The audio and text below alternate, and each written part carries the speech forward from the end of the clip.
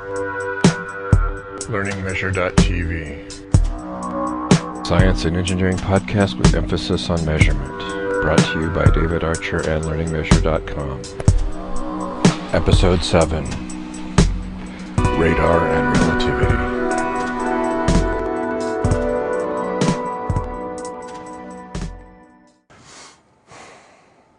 Hello, I am David Archer, owner of LearningMeasure.tv and LearningMeasure.com. This podcast is sponsored by TradePug.com, GoToMeeting.com, and is part of the Blueberry community of podcasts. What we're going to talk about today is how to measure position and velocity with wave phenomenon using something like a radar or sonar or LiDAR or one of those things that measure distances. And let's say we have some antenna. Let's say we have some airplane coming at us, and we're some sort of air traffic controller, and we need to know where all the airplanes are. So we might have something like a radar, a big antenna pointed at the sky, and it will have its own coordinate system. And it's pointing in some direction, theta, phi, and beam some sort of electromagnetic wave pulse towards the airplane. Well, if the airplane is a distance r for the range from the radar, we know that we know the speed of light. This distance, it'll take some time to get to the airplane. That time is the speed of light. The distance is the speed of light times the time is how long it takes. So the time, the round trip time, let's call that t, divided by 2 times the speed of light equals the range. So now that we have r, theta, and phi, we know its position in 3 space. That's what a radar does. Now I'm going to point out in this episode, we're going to discuss things that were covered in previous podcasts. So you might want to go back and look at some of those, especially the one on wave phenomena and the ones at the very beginning, like episode -5 or 4, on definitions of things like measurement equations. And especially the last couple ones where we talked about things like geometry. Okay, geometry is mathematics that's built out of postulates. Postulates are the things in any theory that you just assume to be true. In the case of a physical theory, like something out of physics, which we're going to talk about in a minute, there are also postulates that people have come up with to build the theory out of. And the validity of the postulates, any postulates in any theory, cannot be proven. All that you can do is verify that the postulates you have lead to conclusions that are consistent with observation. Well, one of the postulates of relativity theory is all observers measure the same speed of light. The speed of light is the same for all observers. It sounds reasonable enough. It has some interesting consequences, as we'll see in a minute. So we know the speed of light is the same for everybody. Once that we've established that's true, you can use that to define, let's say, the meter in terms of the second, which is exactly what has happened. So we now have this way of measuring distance because we know the speed of light and we know it's constant and we know all observers see the same. So we can come up from this, we can also come up with the velocity. We can come up with the radial velocity, r dot, or it was dr dt, dt, which is approximately equal r. Let's say this thing's putting out pulses with a period of t0, and it's putting out a bunch of them. Okay, so the radial velocity is going to be range, an approximation for some time t is the range at some further time, future time, one period later, r of t over t0. This is one way you can estimate velocity from range. Okay. It's approximately equal to the change in distance over one period divided by the period. So if it moved 1 meter in 1 second, its velocity over that interval, average velocity, is 1 meter per second. We've seen this before. Okay, so you could measure velocity that way. It turns out that's not very accurate. It's very noisy. We talked last week about something called the Doppler shift, and we're going to cover that in a minute.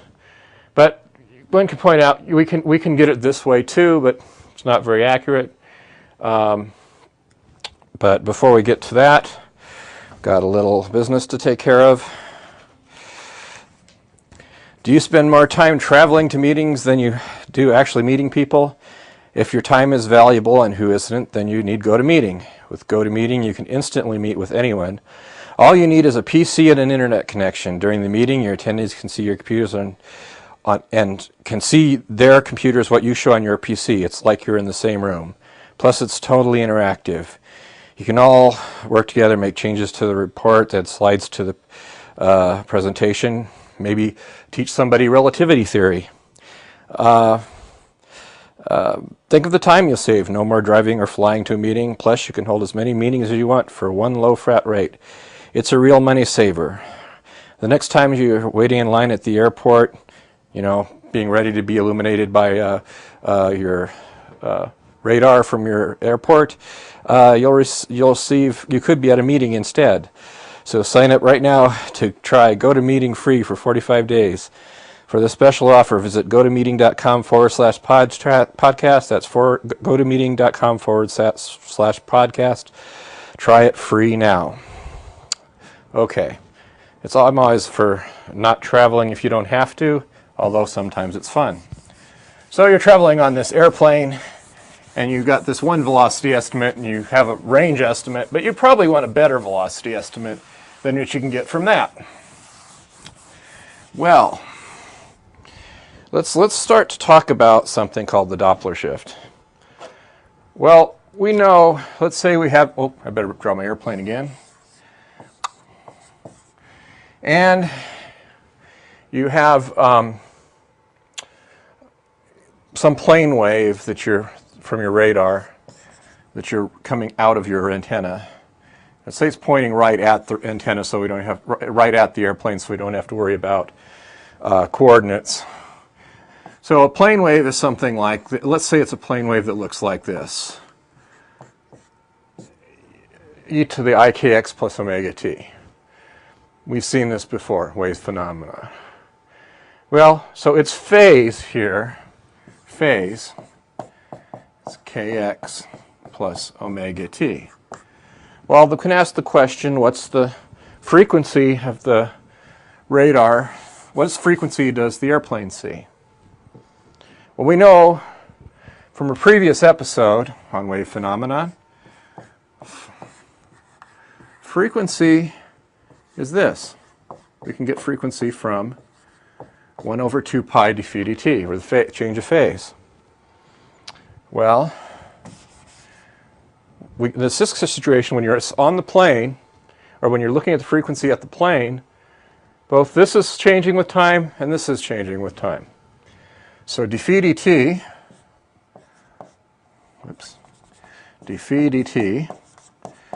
is equal to k times dx dt plus omega.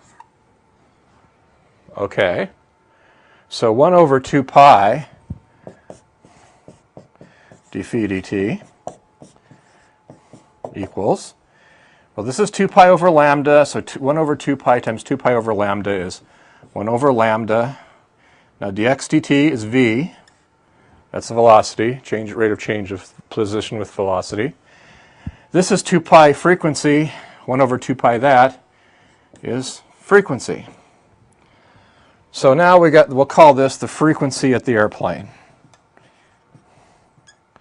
It's equal to the frequency, well, let's call this frequency of the transmitter times v over lambda. Oh, okay. Before I do that, okay, this lambda, right?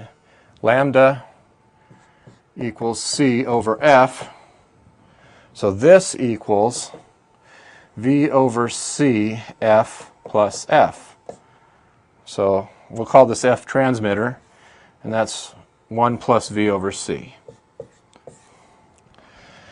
So the frequency seen by the airplane is faster, is higher as you're moving together. Well, now you can say, okay, that's the frequency the airplane sees. That's the frequency that's incident on its skin. That's the frequency it reflects. So now you can reverse the argument. Now you can say this is the transmitter emitting this frequency. You can go through the exact same argument and come up with the frequency at the radar, the received, is this, the frequency at the airplane,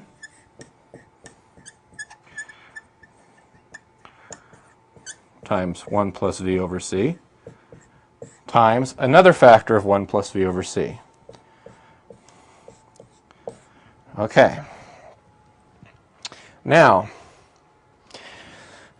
this is equal to, so we've got the thing, the received frequency, we'll call it FR here to make it easier to write, is equals F transmit times 1 plus v over c squared, which equals frequency transmit times 1 plus v over c plus, 1 plus 2v over c plus v squared over c squared. Since this term is really small, since most velocities are smaller than the speed of light, this is approximate, you can sort of ignore this term, and this is approximately equal to transmitter frequency plus 1 plus 2v over c. Okay. That's kind of interesting, but it's wrong. And it's not too far off. There was something wrong with my argument here. Now you might have go, what's wrong with it? Well, let's go into that. Okay. This whole time we've been assuming that the time seen on the airplane is the same as the time on the ground. That's not right. And I'm going to give you why that's not right in a minute, starting with the postulate that everyone measures the speed of light's the same for everyone. Let's say you're on the plane. I'll draw the plane a little bigger. And in the plane, you set up 2 mirrors. You want to set up a clock. And you put a light pulse up, light pulse comes down. This distance is L. So we figure out the one-way trip time by we put something here that detects when we send the pulse out, and another thing that detects when it comes back. We measure the round trip time and divide by 2. Well, we know the speed of light's the same for all observers. So this is CT, we'll call this CT airplane. Okay. So he measures this. But you're standing on the ground watching the airplane, and this time, and you're saying, what you see is the light, everything moving. Okay, so this distance here is 2, so it's 2 times the velocity times the time on the ground, right? This is L, okay, which is equal to, so this is equal to VT ground. L is equal to CTA, okay. So, but it's from the ground, you see the light go this path, which is CTA squared plus VTG squared. Pythagorean theorem, which still works. Okay. What does that tell you? Well, L's the same whether you're on the ground or whether you're in the airplane. And one way of looking at that, let's say you had I don't know. Let's say you were blowing out smoke and making smoke trails. As this plane goes, you're making some sort of thing that goes like this. Well, whether you're in the plane or on the ground, you're going to see that same distance. It's L. So, right, the time to go up and down here is t ground, right? Or time to go up is t ground. Because it's going, because it's going this way, that time is equal to this, right? So you can take out the c, and so this is ct, right? It's c, okay, ct ground, okay, let's do it this way. ct ground is this, right? Square root of L squared,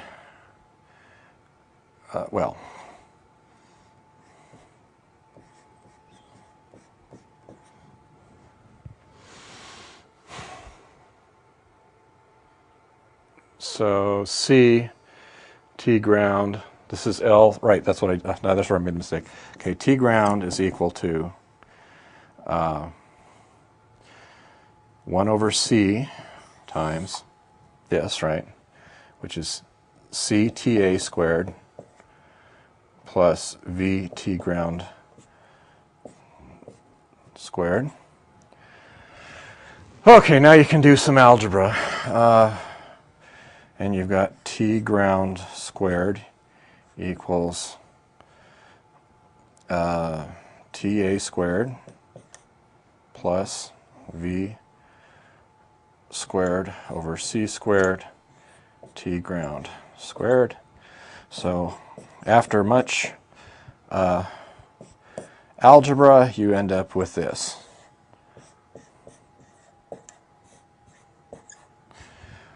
The time on the airplane is longer than the time on the ground by this factor here. In other words, when you're on the ground, you see the airplane's clock run slow. You say, what does that do for the frequency that's emitted at the airplane? Well, you can't just take, you now have a situation where the frequency seen at the airplane is different by this factor. So you've basically got F airplane instead of being this, it's not equal to F transmitted times 1 plus V over C. Instead, it's equal to frequency transmitted times this is 1 minus, sorry. This is frequency transmitted times 1 plus V over C times the square root of 1 minus V squared over C squared. Okay. Well, okay, that's a small difference. What does that mean? Let's take that through to its consequences. Okay, so you can make the same argument for now. If the airplane is this, you can consider now the airplane, the source, and the ground moving towards it, do the same thing, and you get an F at the radar is this thing here times 1 plus V over C over square root of 1 minus V squared over C squared times another one of these, right? 1 plus V over C square root of 1 minus V squared over C squared.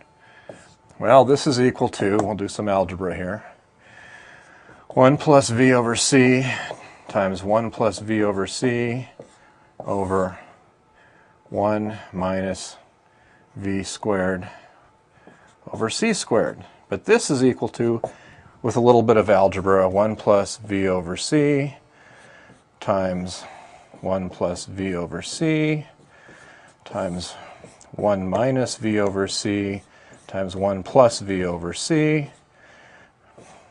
Okay? This is equal to that. These terms cancel. And you got f at the radar is equal to 1 plus, okay, sorry, there's a ft here. That should have kept going. Is ft 1 plus v over c or 1 minus v over c? Well, let's see how different that really is. But before we do that, we'll have another word from our sponsor here. One of LearningMeasure.tv's sponsors is TradePub.com. TradePub.com is a site where one can sign up for a large number of free trade publications.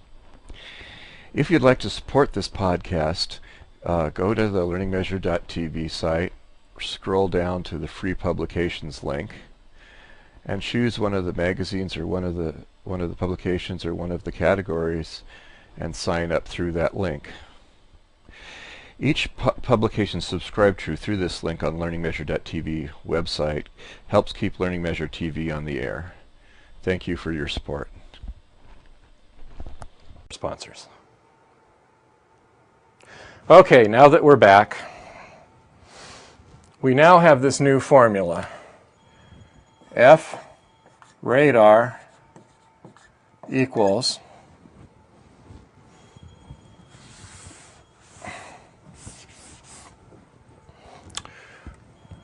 F transmitted times 1 plus v over c over 1 minus v over c. Well, it turns out there's a formula for 1 over 1. This v is always less than the speed of light.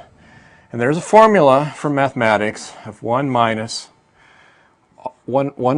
x, 1 over 1 minus x, well, is equal to 1 plus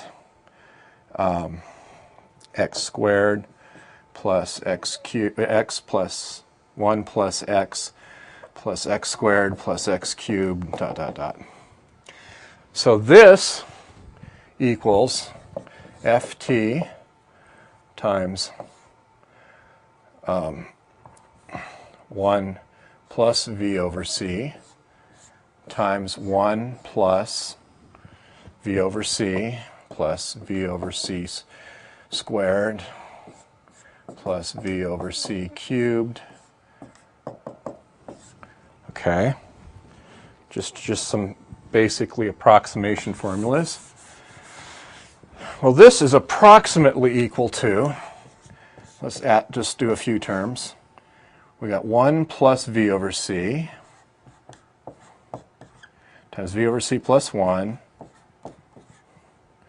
plus 1 times v squared over c squared plus, cubed, vc times, so we got a vc times vc here, so we got another v squared over c squared, v over c squared. So we got this one and that one, and there's other terms. So this is equal to frequency of transmit times 1 plus 2v over c plus 2v squared over c squared plus dot dot dot. Well, this looks an awful lot like this. It actually looks an awful lot like this, except it's missing one term, 1v over c squared, plus a whole bunch of smaller terms. So again, if you use this underlying theory that's just assuming time's constant, you get something that's really accurate until this term starts to be significant in terms of your uncertainty. And that does happen in some experience. It doesn't happen with airplanes. But, you know, if your measurement, this is a case where your underlying theory might give you a good approximation So, but you're missing something from a more general theory that you might have to add into your measurement equation later. So this is a bit math-heavy episode, but I think it hopefully will be of some interest to you guys.